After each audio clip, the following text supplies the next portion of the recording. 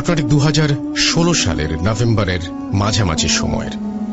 ঘটনাটি ঘটেছে সাভারের নবীনগরের আশেপাশে কোনো একটি বাসায়। ঘটনাটি আমি এবং আমার বন্ধু একত্রে ফেস করেছি। তো 2016 সালে জাহাঙ্গীরনগর বিশ্ববিদ্যালয়ে ভর্তি পরীক্ষা দিতে গিয়ে সাভারে আমার বন্ধুর এক আত্মীয়র বাসায় উঠেছিলাম। সেখানে দুদিন ছিলাম, দুদিনই আমাদের পরীক্ষা ছিল। তাই প্রথম যেদিন বাসায় গিয়েছিলাম সেদিন মোটামুটি রাত হয়ে গিয়েছিল। তো রাতের খাবার শেষ করে আমি আর আমার বন্ধু ঘুমাতে চলে গেলাম। বলে রাখা ভালো, আমাদের বাসায় 3টি বেডরুম ছিল এবং আমাদের জন্য নির্ধারিত রুমটি ছিল ডান দিকের কর্নারের রুমটি। মাঝখানে রুমে থাকতো সেই বাসার বড় এবং মেঝো ছেলে, এবং বাম দিকের কর্নারের রুমে থাকতো আন্টি এবং ওনার ছেলে। আঙ্কেল তখন বিদেশে অবস্থান করছিলেন। আমরা যখন ঘুমানোর উদ্দেশ্যে বিছানায় গেলাম তখন রাত 11টা। যেহেতু পরের দিন 9টায় এক্সাম এবং সারাদিন জার্নি করে আমরা দুজনেই মোটামুটি ক্লান্ত, তাই বিছানায় শুয়েই আমি আর আমার বন্ধু ঘুমিয়ে পড়লাম। কিন্তু আমার একটা অভ্যাস ছিল ঘুমানোর আগে ফেসবুকে ব্রাউজ করা, এবং সেই ব্রাউজিংটা করতাম কোনো কিছু হোক আর না হোক। তো আমি ব্রাউজ করতে করতে দেখি রাত 12টা বেজে গেছে। তার মানে তিনি বলছেন যে তার বন্ধু ঘুমিয়ে গিয়েছিল এবং তিনি তখন জেগে জেগে ব্রাউজই করছিলেন। এবং হঠাৎ করে তিনি বললেন যে ওয়াশরুমে এসে লাইট বন্ধ করে আমি আবার তখন শুয়ে পড়লাম। হঠাৎ দেখি রুমের ছাদে দৌড়াদৌড়ির আওয়াজ। প্রথমে মৃদু এবং ধীরে ধীরে আওয়াজ বাড়তে লাগলো, তবে দৌড়ানোর ধরন ছিল একটু অদ্ভুত। শব্দটা আসছিল রুমের ছাদের এক কর্নার থেকে আরেক কর্নার বরাবর, সোজাও না বাঁকাও না, যেন একটা নিয়ম করে দৌড়াচ্ছিল। আমি ভাবলাম নিশ্চয়ই ওপরের তলায় বাচ্চারা এরকম করছে, যেহেতু শহরের সাইডে বাসা এবং অনেক বাচ্চারাই রাতে দেরি করে ঘুমায়।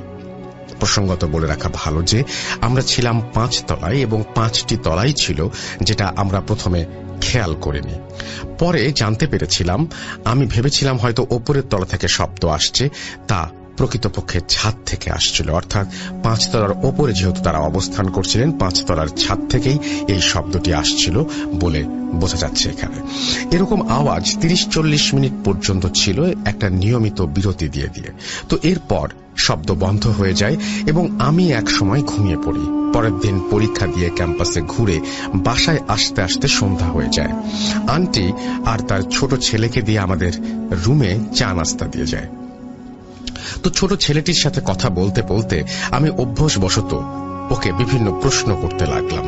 জানতে পারলাম তাদের গ্রামের বাড়ি মানিকগঞ্জ জেলার কোনো একটি গ্রামে, নামটি বলতে পারলাম না। তো আমার ছোট থেকেই ভৌতিক বিষয়ে ব্যাপক আগ্রহ আছে, যার জন্য আমি ছেলেটিকে জিজ্ঞেস করেই ফেললাম যে গ্রামের বাড়িতে কি কোনো ভৌতিক ঘটনা প্রচলিত আছে কিনা।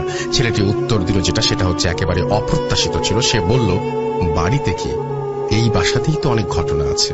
আমি শুনে লাফ দিয়ে উঠলাম। যখন জানতে চাইলাম কি ঘটনা, তখন ছেলেটি চলে গেল, বলল যে ওর আম্মু এসব বলতে মানা করে দিয়েছে। তো আন্টি যখন আমাদের রুমে আসলো, আন্টিকে এ প্রসঙ্গে জানতে চাওয়ায় প্রথমে আন্টি এরকম অস্বীকার করে বসলেন এবং বললেন ছোট ছেলে কি বলতে না কি বলেছে।